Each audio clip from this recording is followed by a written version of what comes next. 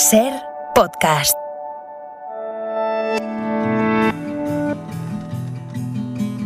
We've been gone for such a long time that I'm almost afraid to go home. A long road is a long, dragged out imagination where things can go wrong, but we keep rolling on.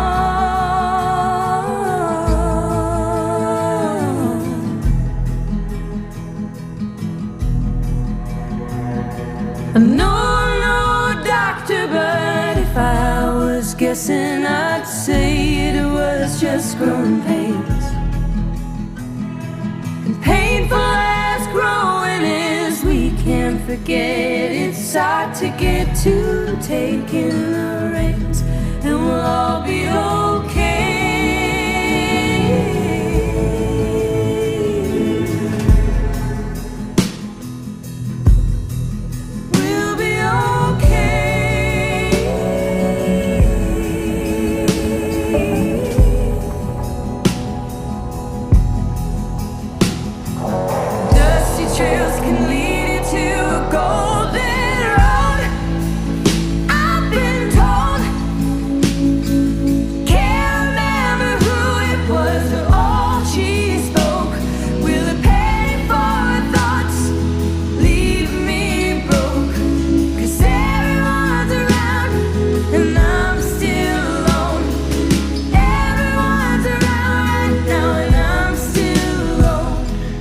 Juanjo Millás, buenos días.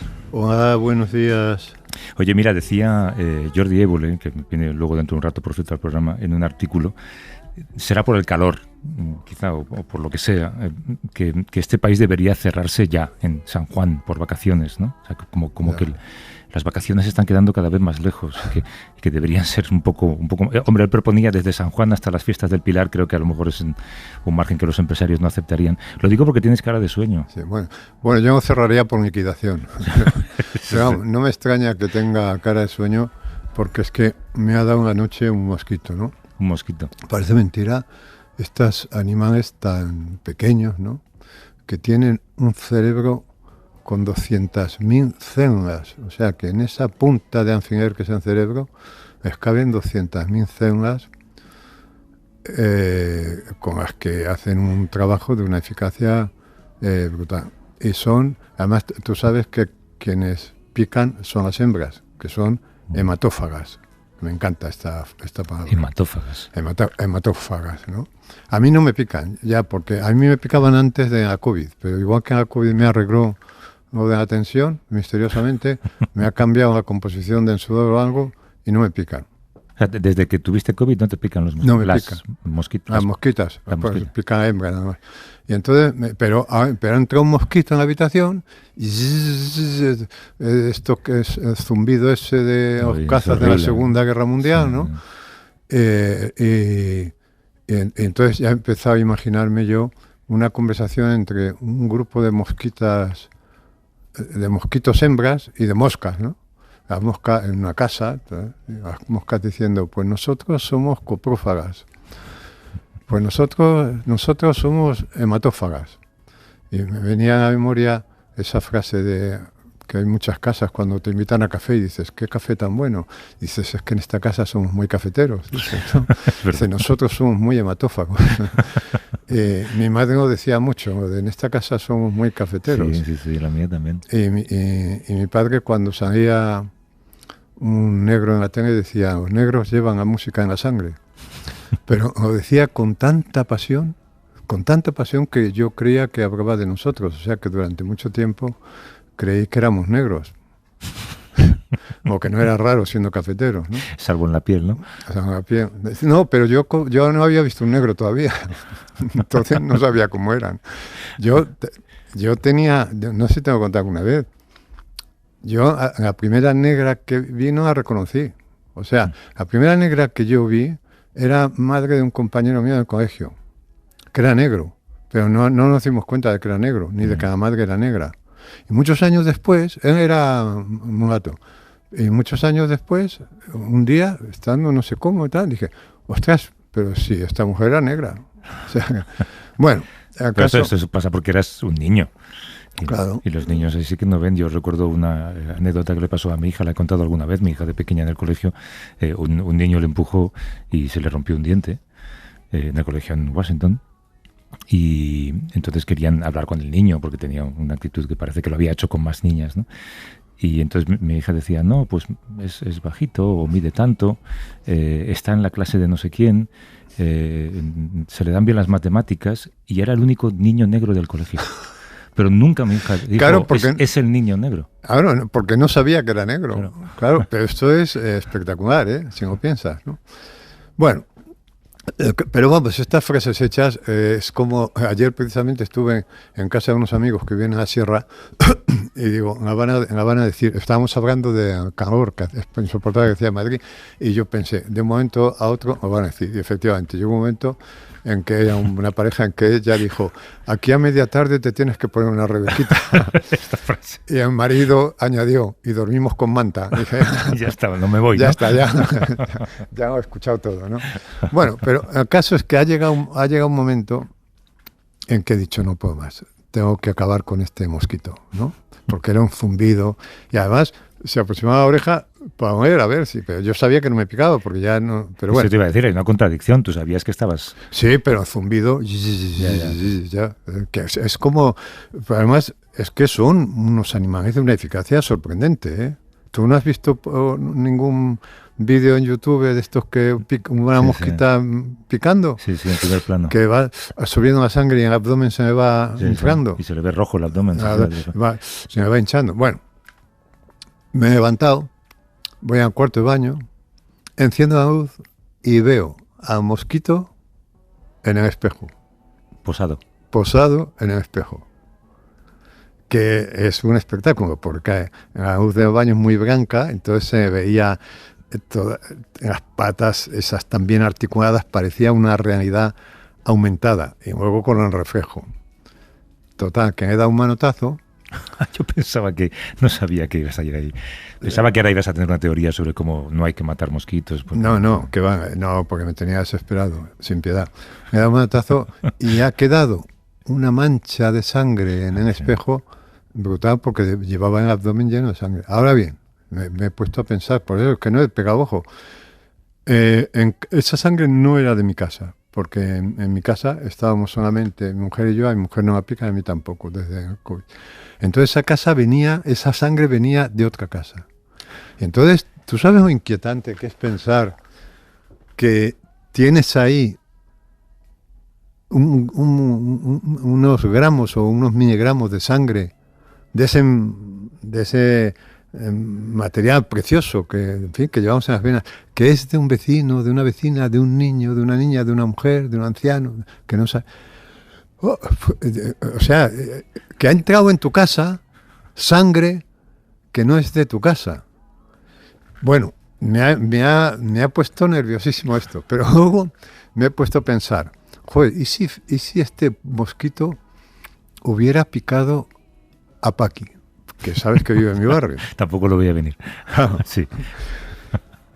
Y ahora, imagínate que asesinan a Paqui, ¿no? Y llega policía y dice, porque yo he quitado una mancha de sangre con un poco de papel higiénico, pero sí, bueno, anda que sí. Y entonces llega la policía y pregunta, ¿os ha llegado de Paqui? ¿Quién fue la última persona que la vio? Y seguramente una de las últimas personas que vio a Paqui fui yo. Claro, y diste un reportaje. Y entonces viene la policía a casa con estas linternas que detectan restos biológicos. Hombre, primero tendrían que pedir una orden para... Bueno, sí, pero ya todo eso doy por supuesto, que van al juez y dicen, mire, una de las últimas personas... Es sospechoso. Una de las últimas personas que ha visto a Paqui viva y que tiene muchas razones para matarla es Juan José Millán. Y si le han leído sus libros, seguramente... Y entonces queremos investigar si hay restos biológicos de Paqui en su casa, o en su maletero, o en su tal, ¿no? Y entonces llegan con estas linternas que ven restos biológicos y de repente advierten en el espejo unos restos biológicos de sangre. Toman muestras, los analizan y dicen, Paqui Ramos. Dicen, ¿Y qué hacía Paqui Ramos en el cuarto de baño de Juan José Millás? Sangrando.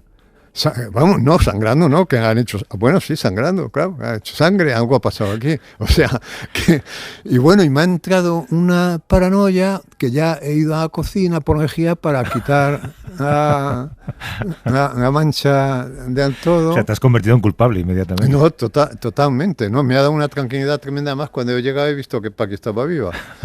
Y bueno, espantoso, y eso que no me pican, cuando me picaban, era tremendo, porque claro, una picadura hasta que se te va el picor, por más cremas que te den, ya te ha dado en la noche también, ¿no?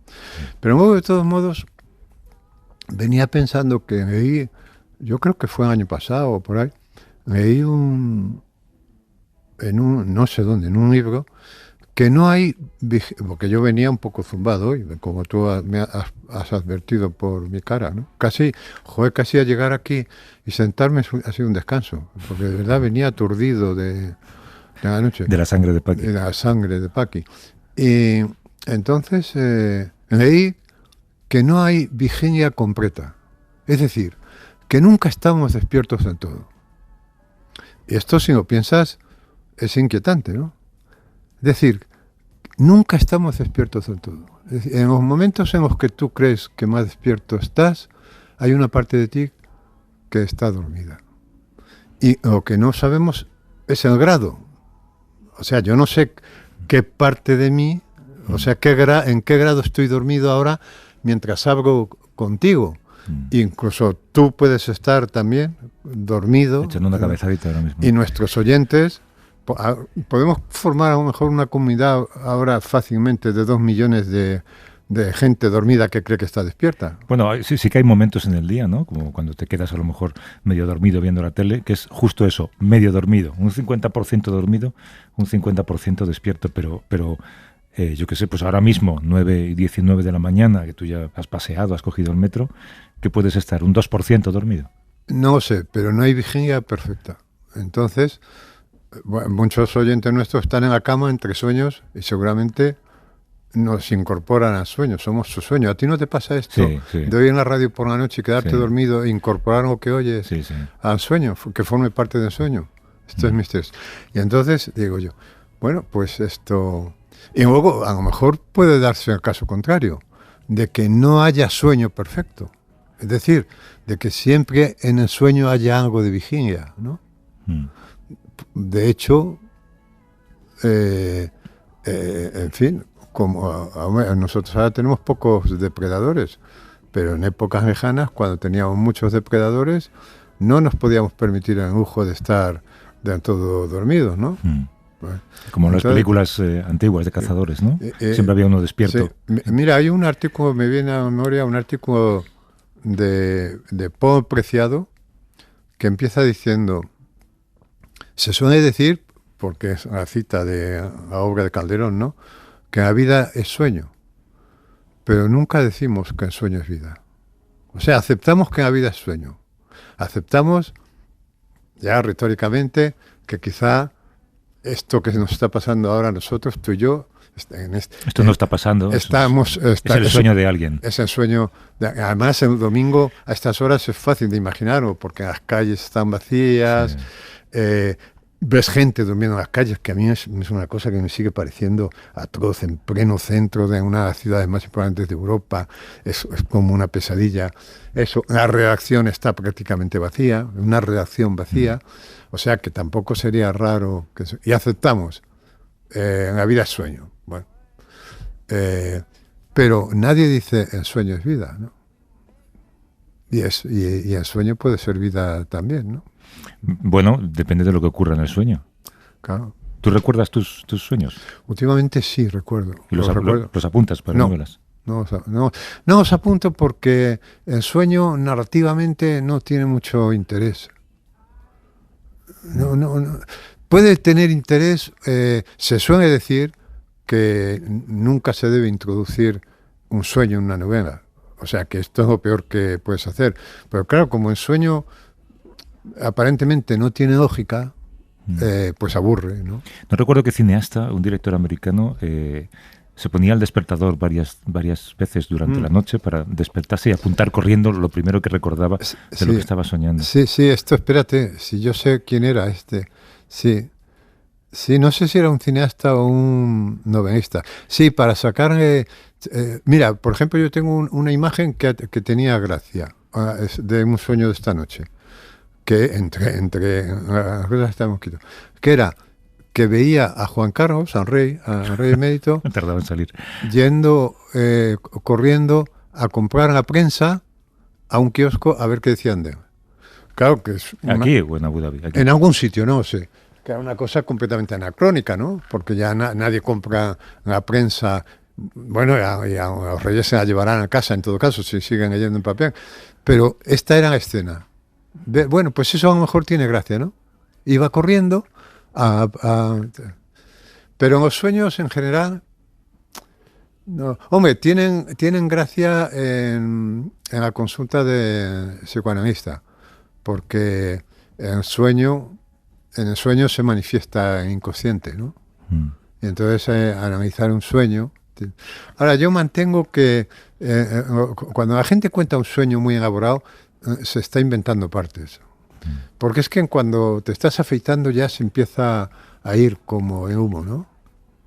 Te estás inventando... Bueno, en ningún momento, por lo menos en mi caso, no sé si en el tuyo, en ningún momento lo recuerdas vívidamente, ¿no? Recuerdas retazos de lo que has soñado. Claro, quizá nada más despertarte, en esa zona que llamamos en ensueño, que puedes controlar un poco, ahí sí, pero después es increíble la rapidez con la que funciona la censura, ¿no? Porque eso esa era una manifestación de subconsciente que ha salido a presión por ahí, por una de las rendijas de esa caja fuerte que llamamos subconsciente, e inmediatamente eso no interesa al consciente, ¿no? Y como no interesa al consciente, llega la censura y lo elimina. La mancha la has limpiado bien con lejía. Con lejía. Cuidado que ahora con el ADN pueden buscar ahí. Claro, no limpiar. Pero ¿de quién sería esa sangre? Es que es inquietante, ¿eh? Porque claro, venía de otra casa, evidentemente. Igual venía de, yo qué sé, de realeza. Ese mosquito podía haber estado en cualquier sitio, ¿no? Hombre, podía venir de la casa real. Claro. Bueno, a esto no se me había ocurrido. Pero claro, un mosquito puede recorrer kilómetros, efectivamente, oliendo. O puede llegar en un contenedor. ¿Dormirán en palacio con las ventanas abiertas? ¿O tendrán sistemas...? Tendrán a alguien que mate los mosquitos por ellos, ¿no? Tú imagínate que fuera sangre de Leticia, no me atrevo ni a pensarlo. Oye, has dicho antes, por cierto, que estabas con amigos, creo, y que alguien ha pronunciado esta frase que siempre sale en días como esta, ¿no?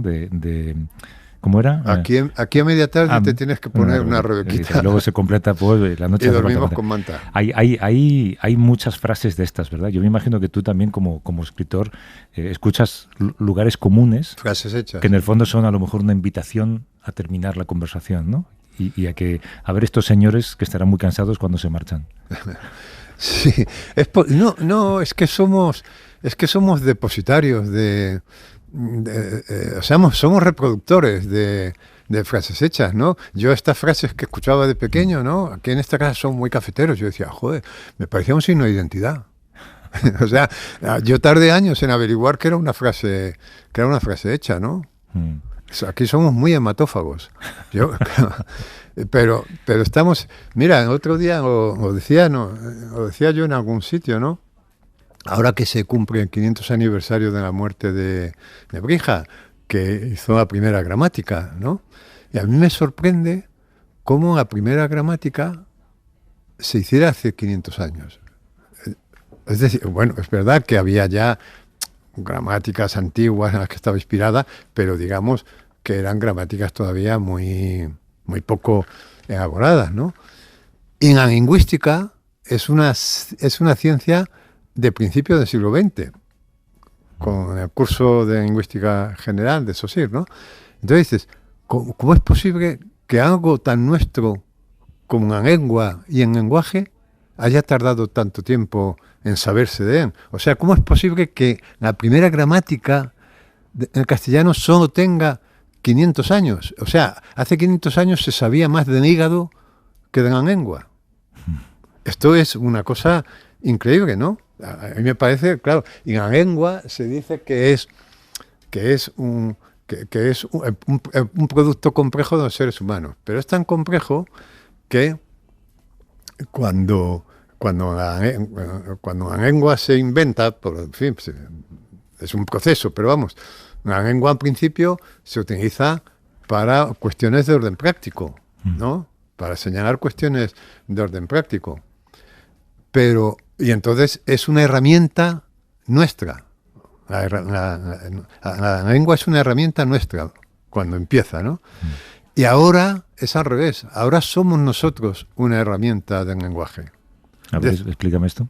Bueno, las palabras, las frases, las ideas convertidas en palabras van por el aire y utilizan a los cuerpos para manifestarse. O sea, tú escuchas una conversación en la mesa de al lado de una cafetería y una vez que averigües quiénes son, si son una pareja de novios, una madre y una hija, un empleado y tal, dicen 2 frases y en la tercera ya la podrías decir tú, porque no van a decir nada original.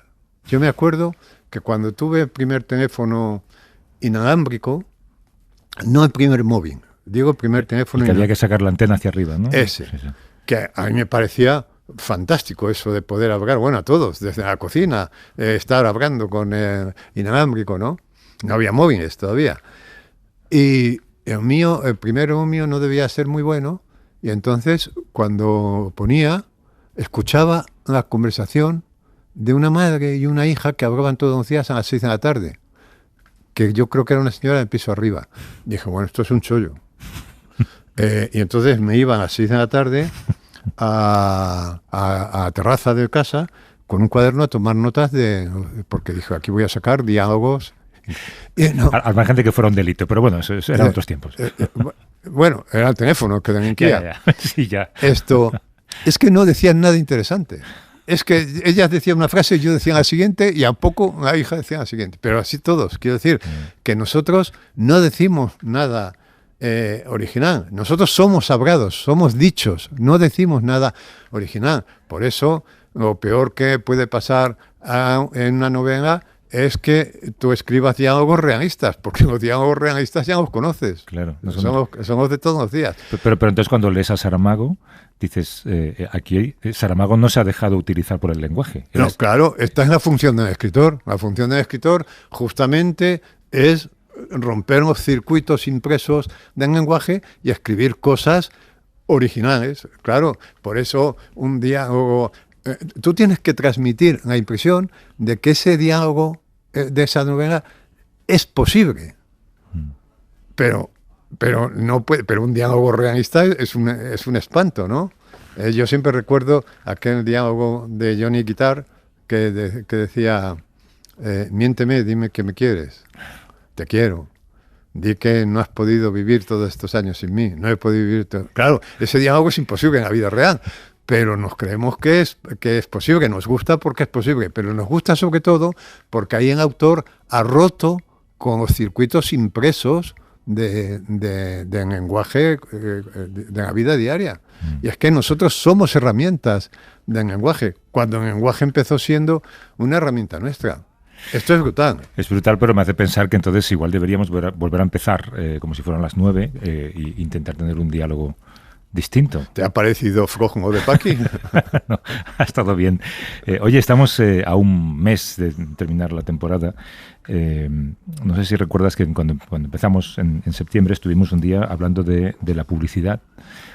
No sé por qué surgió, la verdad es que no me acuerdo. Hablábamos de televisión y de repente acabamos hablando de la publicidad. Tú tenías la sensación de que la publicidad estaba en decadencia. Tú eres de los que no se levantaba, me contaste que eres de los que no se levanta en los intervalos publicitarios, ¿no? En la televisión, digo. No, porque a mí los anuncios me gustaban mucho. Quiero decir, que yo los veía con sentido crítico, en el sentido de decir, a ver, ¿cómo me cuentan esta historia? Si me cuentan bien esta historia, porque eran historias de 20 segundos, ¿no? Y a mí siempre me ha llamado la atención el mundo de la publicidad por lo que tenía precisamente de arte, ¿no? De ser capaz de en 20 segundos contar una historia. Bueno, esto es Y entonces, claro, nosotros hemos vivido hemos vivido los tiempos de gloria del spot televisivo, donde había una competencia tremenda. Y quien haya visto Mad Men ve que es quizá la mejor serie de la historia para mí, ve cómo la gente daba la vida por hacer un buen spot, ¿no? Y al final de Mad Men, ¿recuerdas el final de Mad Men cuando se le ocurre el anuncio de Coca-Cola? Que es un final glorioso, ¿no?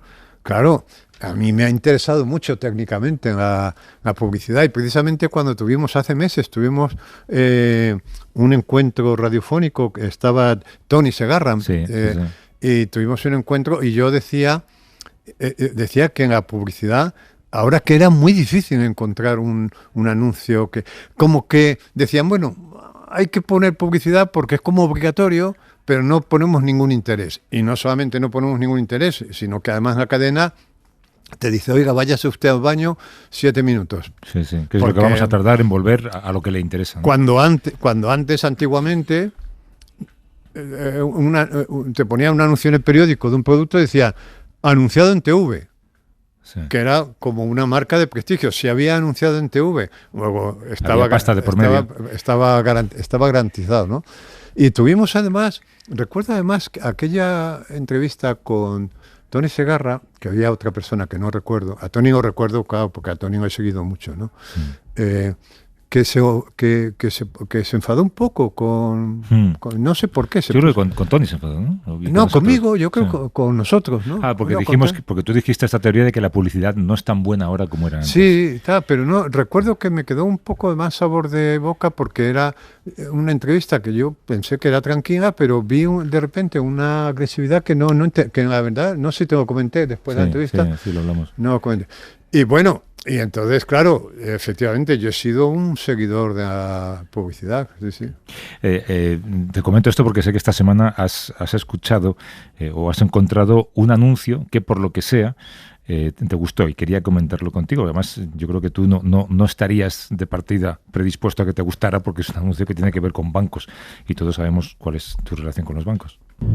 Yo soy don Dinero, poderoso caballero, como bien nos dijo un día don Francisco de Quevedo. Yo que antes. Bueno, lo vamos a poner entero porque entonces sería también nosotros regalar dinero a Bankinter, que es quien se anuncia. Es el que canta es un billete de 50 euros, que es maltratado por la inflación y por varias perrerías a las que se le somete, bajo la idea de que este banco ve el dinero como lo ves tú.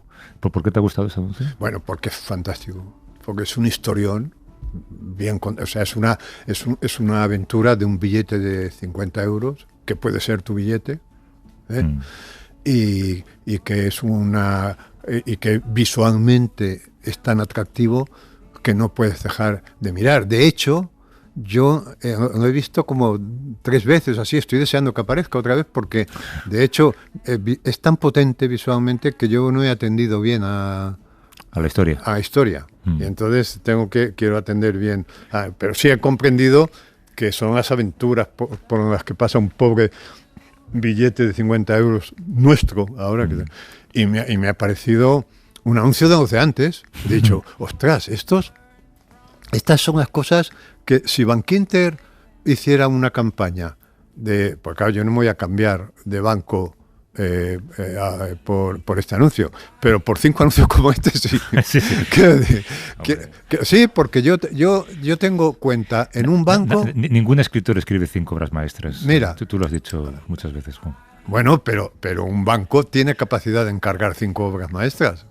Claro, o sea, tiene capacidad para buscar a 5 personas que hagan. A lo mejor tienen que ser distintas, a lo mejor no tienen que ser en los mismos. Pero yo te digo, yo tengo cuenta en un banco al que fui porque me gustaba la fundación que tenía. Fíjate, yo tengo cuenta en un banco porque tenía una fundación que hacían buenas exposiciones de pintura, de escultura, porque hacían buenos actos culturales. Y entonces ese banco me generaba un atractivo que no tenía nada que ver con que mi dinero estuviera más seguro, menos seguro, me aconsejaran mejor o peor. Es que me gustaba su fundación. Nunca sabes por dónde te van a cazar. Claro, nunca sabes. Por eso te digo que si si Bankinter tuviera la paciencia de decir, vamos a seguir por este camino, yo en 5 anuncios como este me voy a Bankinter. Igual te cambias. Claro. Fíjate, cuando hablábamos hace semanas incluso de retomar esta cuestión, de repente cayó en nuestras manos un libro, que además el título me parece que es muy bueno. El libro se llama La interrupción, que es un poco lo que tú explicabas, ¿no? El anuncio interrumpe un discurso narrativo de lo que estás viendo en ese momento, estás escuchando el programa. Y no se parece a la vida. Exacto. Bueno, de hecho, seguramente esa es una de sus misiones, ¿no? Claro. Alejarse. No se parece a la vida, pero la representa. Sí. Esto es. Claro. La introducción en realidad es un libro que recoge una serie de conversaciones sobre el oficio y la vida de dos personas que se han dedicado todo su tiempo a la publicidad, que son en efecto Toni Segarra, que nos escucha desde Barcelona. ¿Cómo estás, Toni? Buenos días. Hola, buenos días. Hola, Toni. Y Edu Pou, que está en Ámsterdam. ¿Cómo estás, Edu? Buenos días. Hola, buenos días, ¿cómo estamos? Toni y Edu son dos publicistas muy reconocidos, seguramente los más reconocidos de este país, cada uno desde su posición tradicional, quizá en el terreno profesional más tradicional Segarra, más digital Pou. Toni, no sé si me equivoco aquí. Es exactamente eso. O sea, yo creo que Juanjo tiene que hablar con Edu porque es el culpable de que los spots de televisión estén en decadencia. Sí. Edu, defiéndete. No. Yo lo asumo con gusto, ¿eh? Me parece que es bueno que las cosas vayan mal para ir mejor. Hay que buscar una manera de reinventarse, ¿no? Hasta que no claro. caes al fondo no vuelves a renacer. Oye, ¿cómo sí, es un poco lo que decías antes de la perdón. No, adelante, es que llega con un poquito de retardo tu señal, Edu, perdón, adelante. Sí, lo que decía es que es un poco lo que decía antes de la conversación que escuchaba de las vecinas, ¿no? La publicidad se ha convertido en eso, en una repetición, en algo que ya parece que está todo dicho, pero no creo que eso sea solo cuestión de la publicidad, ¿no? Creo que es bueno que todo se reinvente un poco, que busquemos nuevas formas de hablar para dar un poco de sorpresa, ¿no? Para darle un poco más de jugo a esa interrupción de la que hablamos. Pero entonces, ¿vosotros creéis que hay una sequía creativa, digamos, en el terreno publicitario? No, yo creo que hay una sequía creativa en el terreno concreto del spot de televisión, que es una parte mínima de la publicidad que durante muchísimos años ocupó todo el espacio. O sea, durante 50 o 60 años el predominio de la televisión fue enorme y se confundió con la publicidad. Es decir, decíamos que Zara no hacía publicidad pues porque no hacía anuncios de televisión, cuando en realidad Zara se ha gastado mucho dinero en otro tipo de publicidad que es pues comprar los mejores escaparates del mundo y hacer ese tipo de comunicación. Ahora, por ejemplo, comunicación digital, ¿no? Pero sí es cierto que la publicidad de televisión ha conocido una clara decadencia de inversión, a pesar de que sigue existiendo y seguirá existiendo y siguen apareciendo anuncios como el de Bankinter, que por cierto ya es el tercero bueno, yo creo que hacen, ¿eh? Y no es tuyo, Toni. Te faltan dos, Juanjo, para... Es de Leandro Raposo de su agencia, sí. Un creativo extraordinario argentino que vive en España. Y bueno, inevitablemente eso ocurre y aparecen nuevos canales, se fragmenta y el talento está más disperso, eso es cierto. Pero ese anuncio parece un producto de la actividad antigua, ¿no? Es decir, el cliente ha dicho, oiga, quiero mejor.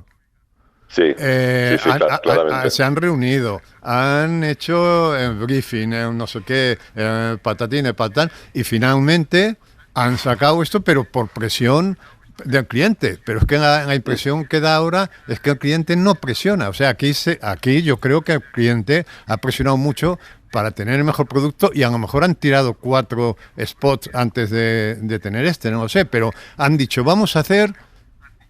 el mejor anuncio del año. Y yo creo que lo han conseguido. El proceso sigue siendo el mismo, Juanjo. Sí. Lo que es distinto es el formato final o el género en el que trabajamos finalmente. Cuando trabajamos en el spot, pues procurábamos eso que estás diciendo tú, y ahora de pronto hay que hacer una campaña en redes sociales, o hay que hacer un programa de televisión, o hay que hacer un documental. El formato ha cambiado porque las audiencias han cambiado de lugar y las tenemos que ir a buscar allá donde estén. Sí. Hay que interrumpirlas en otros sitios. Sí. A mí me ha interesado vuestro libro porque es como escuchar una conversación de dos publicistas que pertenecen a generaciones distintas, ¿no? Uno viene del mundo analógico y otro ya empieza en el mundo digital, como escuchar a través de un tabique, bueno, por un teléfono, como escuchaba yo a las vecinas, ¿no? Y claro, como a mí me interesan mucho los discursos especializados de territorios que no son los míos, porque precisamente en esos... tal. Y entonces, ahora me ha llamado mucho la atención esto que siendo publicistas, lo que os cuesta concretar, ¿no? Golpe bajo ahí. Edu. Sí, quizás sería, esa de nuevo es mi culpa, ¿no? No sé, a mí me gusta ir y buscar, y creo que no solo en mi trayectoria vital, ¿no? Siempre parece que estoy de huida y eso hace que concrete poco, que busque más que concretar y quizá he arrastrado a Tony, porque Tony sí que es un tío más concreto, es un tío mucho más cabal. Más operativo. Sí, pero es que al final lo que vemos, y ahí creo que es claro en el libro, es que vemos la publicidad en todas partes, ¿no? Por lo tanto, es fácil empezar a coger diferentes derroteros que te llevan no sabes bien dónde. Y creo que eso es también, eso personalmente creo que es bueno porque es parte del trabajo de un creativo, ¿no? De escudriñar, de buscar, de encontrar cosas que llevan a otras cosas, ¿no? Y creo que si queríamos ser claros, pero al mismo tiempo queríamos ser honestos, ¿no? Y esa es una conversación entre dos amigos sobre lo que nos gusta más. Claro, yo estoy pensando en lo que planteaba antes Juanjo. Claro, en generaciones anteriores la publicidad te cautivaba porque no había otro sitio al que ir, había a lo mejor otro canal, luego llegaron algunos canales más, pero ahora hay tantos sitios a los que ir cuando llega la publicidad que hasta la publicidad te dice váyase usted y vuelva dentro de 7 minutos. Juanjo también cuenta que en el metro ahora es muy difícil ver a alguien levantando la mirada del móvil, con lo cual nadie va a ver un cartel en el metro o en ningún lugar, ¿no?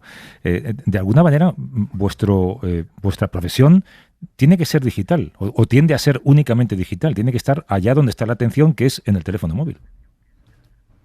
Yo, sí, ahí hay algo que me parece muy interesante que pasó hace unos 4 años en mi carrera, que hablábamos de cómo la publicidad utilizaba los medios de entretenimiento del momento. Y en un momento la publicidad la gente leía o iba al cine. Esa era la forma de entretenimiento, muy lineal, muy de historia, ¿no? Pero desde hace bastantes años ya, la industria, por ejemplo, del juego está por encima de la industria de Hollywood. Y eso es un cambio de paradigma que hace que las historias no sean simplemente la forma de contar, o sea, las historias no son lineales, ¿no? Y a mí lo que me parece interesante es que si antes teníamos que responder un poco cuál es la historia de tu marca, porque hablábamos de historias, ahora parece que respondemos más a cuál es el juego de tu marca. Y al hablar de juego, lo que hacemos es involucrar a la audiencia, ¿no? Y hay lo que dices tú del móvil, clarísimamente, pero también hay una acción voluntaria por parte de la audiencia, ¿no? Tienen que participar para cerrar el círculo de la historia que creamos, ¿no? Y eso es más complicado. Oye, muy metafísica esta respuesta, ¿eh? Sí, poco concreto. De nuevo, no, te iba a decir, me ha llamado la atención que vosotros habráis, en la conversación habráis como si en la televisión estuviera muerta ya. Es decir, es muy espectacular, porque habláis como de la televisión como de algo que ya no existe, ¿no? Pero sin embargo, la televisión produce mucho dinero y en ese cadáver de repente se manifiesta un anuncio como este que hemos comentado en Quinter, ¿no? Pero vosotros habláis ya como si fuera algo del pasado. Me ha llamado la atención. O sea, no le concedéis ni siquiera una agonía. Ya eso se ha acabado. No, a ver, es verdad que no ha muerto ni morirá, me temo, pero sí es cierto que la televisión, entendida como el Big Bertha, ¿no? El cañón con el que llegábamos a todo el mundo absolutamente y que nos permitía hacer lo que hacíamos y que permitía que hubiese el dinero que había y el talento que había rodeando esos formatos que nos gustaban tanto, eso sí ha desaparecido. Es decir, ese canal omnímodo que alcanzaba todo no existe más. Existe como uno más de muchos canales a través de los que llegamos a las audiencias, ¿no? Por lo tanto, sí podemos decir que ha acabado en ese sentido, de alguna manera ontológica o existencial, pero no ha acabado como canal y seguirá permaneciendo. Es decir, mientras haya un buen concurso de televisión, un buen partido de fútbol o un buen programa, lo mismo que la radio, seguirá estando ahí, ¿no? La audiencia convocada, pero una audiencia menor, una audiencia fragmentada, una audiencia segmentada.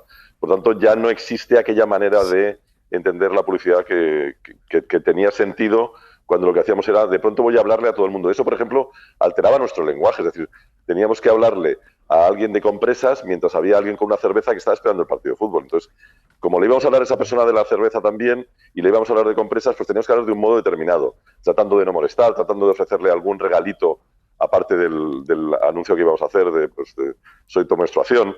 Y ese tipo de cosas obligaba a un determinado lenguaje que hoy se ha perdido. Hoy tenemos un lenguaje más directo, más claro, a gente más interesada en lo que le tenemos que decir. Es distinto, ¿no? Oye, y una cosa, ha habido cosas de un libro que a mí me han producido mucha ternura, ¿no? Una de ellas es que los dos confesáis que llegasteis a la publicidad teniendo mala opinión de ella, ¿no? Luego hay un momento en que Tony le dice a Edu, tú procedes de una generación que creyó en una utopía y esa utopía me mataba a mí. Es tremendo esto, ¿no? Porque es una lucha de clases entre un mundo analógico y el digital. Pero luego hay otra confesión de Tony todavía más conmovedora, ¿no? Que es cuando dices, los publicitarios somos herramientas del capitalismo. Y entonces añades algo así como, no recuerdo, pero eso, que como teníamos culpa de ser herramientas del capitalismo, empezamos a creer que lo que hacíamos era arte. Para justificar nuestra conciencia. Es bonito eso, Tony? Sí. Y además, yo creo que es rigurosamente cierto. De hecho, yo creo que a mí se me ha pasado, pero creo que hay todavía muchos colegas que sienten esa, digamos, percepción de artistas de sí mismos para evitar sentirse brazo armado del capital, efectivamente. Pero entonces, ¿cómo será la culpa, Edu, del brazo armado del capitalismo salvaje actual? Bueno, eso ahí creo que sí que la culpa yo todavía la tengo, ¿no? Y por eso quiero buscar de qué forma puedo escapar un poco. Me gusta mucho ser claro, aunque tú quizá dudes de ello, en la unión entre lo que hacemos y la venta, la unión entre lo que hacemos y la percepción de una marca. Y eso sí, que somos la punta visible del capitalismo. Pero sí que espero y veo con fe todas las marcas que hacen mensajes que van mucho más allá de la venta directa, ¿no? Por la naturaleza de las redes sociales, por ejemplo, las marcas están totalmente visibles y son susceptibles a tener como una conversación uno a uno con gente, y la gente puede dañar a las marcas. O sea, tienes que tener una serie de valores reales, ¿no? Como lo que decías tú de la Fundación para el Banco. Creo que marcas como Nike, por ejemplo, hacen mucho más que simplemente vender zapatillas, ¿no? Y eso es lo que me parece más excitante, ¿no?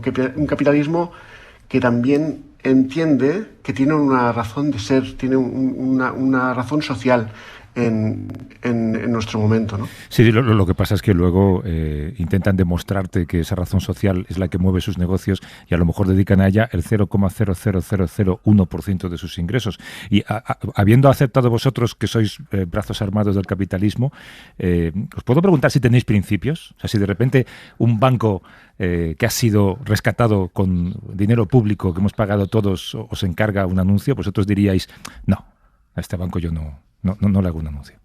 Yo tengo, sí, yo claro que tengo principios como todo el mundo.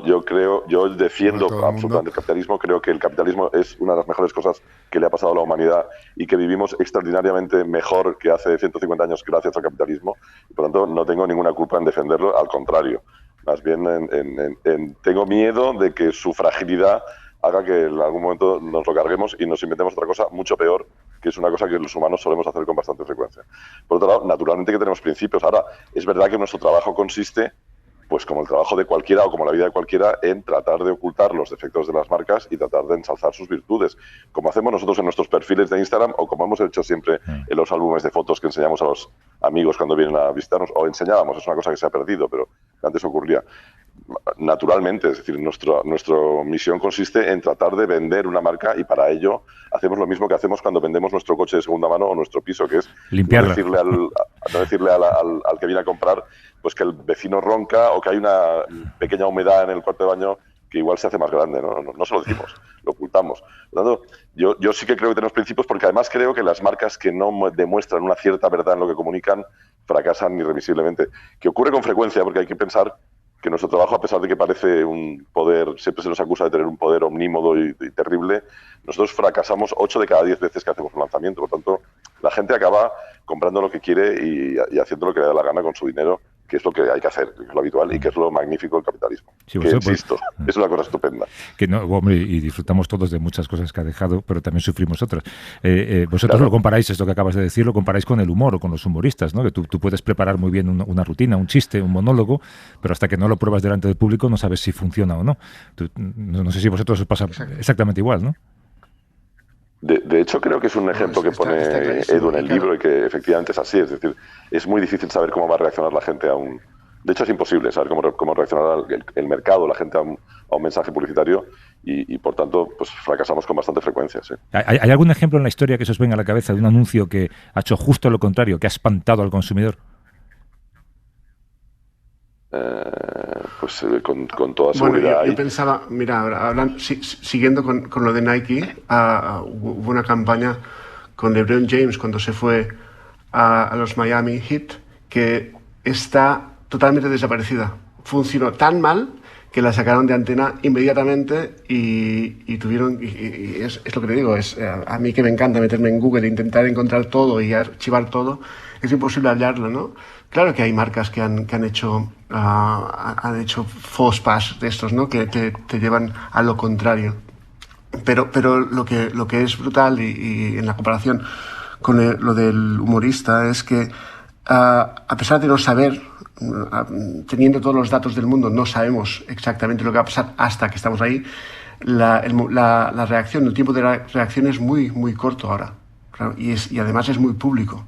Por lo tanto, el pavor que pueden tener las marcas que hace que busquen un poco de resguardo en el Big Data y un poco intentar como la seguridad absoluta, que creo que es contraproducente, y ahí Tony puede hablar más de ello, hace que estemos siempre con ese miedo escénico, ¿no? Sabiendo que estamos en un escenario global, porque incluso lo que hace es una campaña en España ahora mismo puede tener una repercusión negativa a la marca en Australia, ¿no? Oye, claro, yo comprendo bien la publicidad analógica. Yo vengo del mundo del reino de Spot, ¿no? La publicidad digital la entiendo menos y a veces tengo la impresión de que es una publicidad que no se ve. Ya sabéis la historia esa de los dos peces que se cruzan y dice, ¿está en agua fresca? Y me pregunta uno a otro, ¿qué es el agua, no? Porque no la conocen porque viven dentro de ella, ¿no? Entonces, yo no sé si en la publicidad digital, en parte, tiende a ser eso, una atmósfera en la que vivimos y no la vemos, ¿no? Entonces, es decir, que nosotros, a ver si me explico, decimos, vamos a ver qué me dice el algoritmo que debo comprar, ¿no? Es decir, de mismo modo que, a ver qué me dice el algoritmo de qué serie tengo que ver, ¿no? Y entonces, como el algoritmo es el resultado de nuestros deseos, ¿no? Resulta que nosotros somos anunciantes, es decir, nos anunciamos aquello que luego compramos. O sea, somos los anunciantes de lo que compramos. Es un poco diabólico esto, ¿no? No sé si me he explicado. Sí, perfectamente. Edu sabe más de esos asuntos. No, es que no seas... Ahí incluso decir si eso es publicidad o no es engañoso, ¿no? A mí es verdad que porque tiene la pretensión de ser algo funcional, ¿no? Algo que te da un servicio, ¿no? La gente que ha comprado este libro también ha comprado este libro, ¿sabes? Y a veces dices, pues mira, lo voy a probar. Sí, hay esa dualidad de publicidad que se disfraza de servicio. Pero es que la publicidad digital, cuando hablas en digital, es tan amplio, es un metamedio, ¿no? Hay de todo. Es una atmósfera. Que intentar encasillar o darle una... Se cortó. Mira, hablando del mundo digital. La interrupción. Me ha dado una idea, Edu, cuando hablaba de esto, que me parece interesante y que es un poco el germen del libro, ¿no? Que nos vamos dando ideas el uno al otro. Pensaba en que el inicio de la publicidad, los diarios, ¿no? La prensa, se llamaban diarios de avisos y anuncios, o diarios de avisos y noticias, y allí la publicidad era un poco una información, ¿no? Pues mira, ahora ha salido este linimento para hacer crecer el pelo, o ha salido esta carne enlatada que antes no existía, y por lo tanto también tenía este carácter que tiene el algoritmo de disimularse o de disfrazarse como de servicio que te hace un bien, ¿no? Es posible que estemos, en algunos casos, regresando a planteamientos muy, digamos, primitivos de la publicidad y que luego iremos evolucionando hasta convertirlo seguramente también en esa atmósfera digital en lo que fue el spot, ¿no? Que fue efectivamente en los años 90, por ejemplo, que fue su gran edad de oro, un formato casi literario, ¿no? Lo más gracioso de todo esto es que el libro se llama La Interrupción y yo tengo que interrumpiros porque hay 58 salta la publicidad y si no nos va a interrumpir a nosotros.